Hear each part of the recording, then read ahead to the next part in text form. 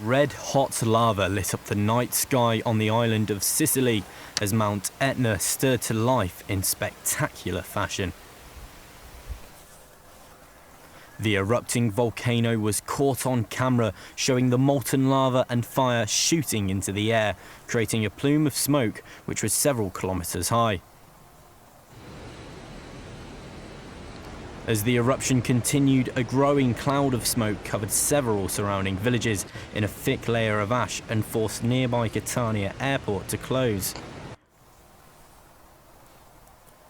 Standing at 3,330 meters tall, Mount Etna is the highest volcano in mainland Europe, and as this footage shows, is one of the most active in the world.